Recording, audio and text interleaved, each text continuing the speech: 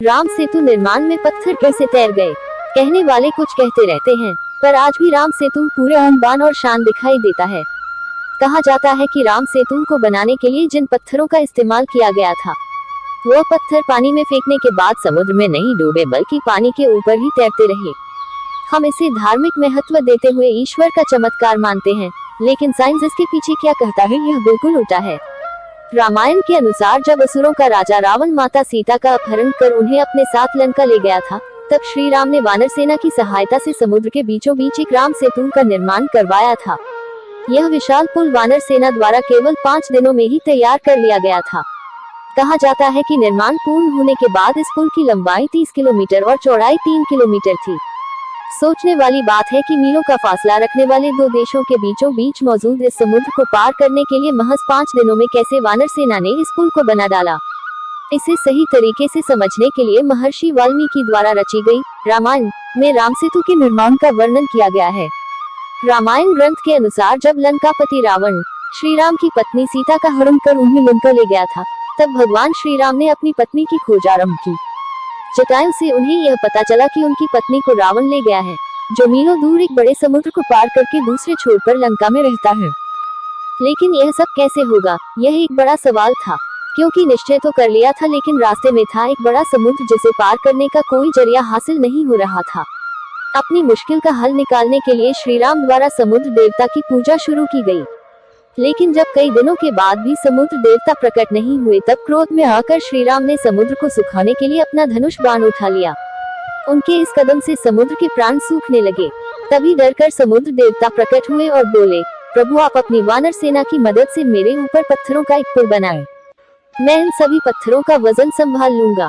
आपकी सेना में नल और नील नामक 2 वानर हैं, जो सर्वश्रेष्ठ अभियंता हैं। नल, जो कि भगवान विश्वकर्मा के पुत्र हैं, उन्हें अपने पिता द्वारा वरदान हासिल है। उनकी सहायता से आप एक मजबूत पुल का निर्माण कर सकते हैं। यह पुल आपकी सारी सेना का भार संभाल लेगा और आपको लंका सफलता पूर्वक ले जाएगा। ऐसा कहते हुए समुद्र देव ने श्री राम से पुल बनाने का विनम्र अनुरोध किया। अगले ही पल नल तथा नील की मदद से पूरी वानर सेना तमाम प्रकार की योजनाएं बनाने में सफल हुई। अंत में योजनाओं का चुनाव करते हुए पुल बनाने का सामान एकत्रित किया गया। पूरी वानर सेना आसपास से पत्थर, पेड़ के तने, मोटी शाखाएं एवं बड़े पत्ते तथा झड़ियां लाने में सफल हुई। अंत में नल तथा नील की देखरेख तथा पूर्ण वैज्ञानिक योजनाओं के आधार पर एक विशाल पुल तैयार किया गया। वैज्ञानिकों का कहना है कि नल तथा नील शायद जानते थे कि कौन सा पत्थर किस प्रकार से रखने से पानी में डूबेगा नहीं तथा दूसरे पत्थरों का सहारा भी बनेगा।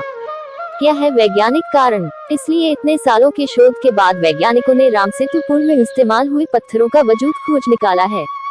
विज्ञान का मानना है कि राम सेतु पुल को बनाने के लिए जिन पत्थरों का इस्तेमाल हुआ था वे कुछ खास प्रकार के पत्थर हैं, जिन्हें प्यूमाइन स्टोन कहा जाता है।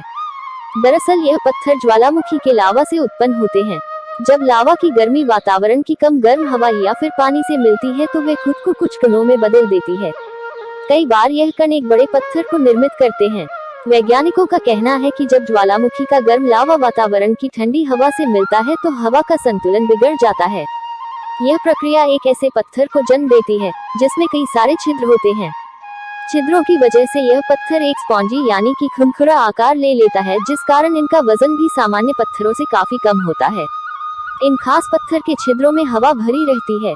यही कारण है कि यह पत्थर पानी में जल्दी डूबता नहीं है, क्योंकि हवा इसे ऊपर ही रखती है।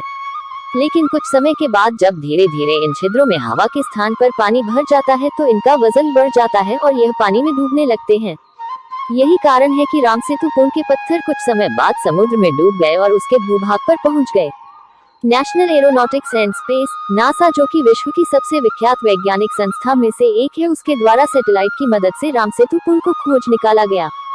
फोटो के मुताबिक वास्तव में एक ऐसा पुल जरूर दिखाया गया है जो कि भारत के रामेश्वरम से शुरू होकर श्रीलंका के मन्नार द्वीप तक पहुंचता है, परंतु किन्हीं कारणों से अपने आरंभ होने से कुछ ही दूरी पर यह समुद्र में समा गया है।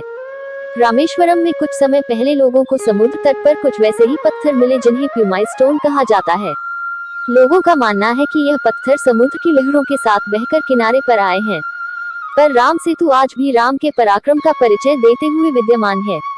तो बोलो प्रभु श्री राम की जय, सीता मैया की जय, पवन पुत्र हनुमान की जय। धन्यवाद।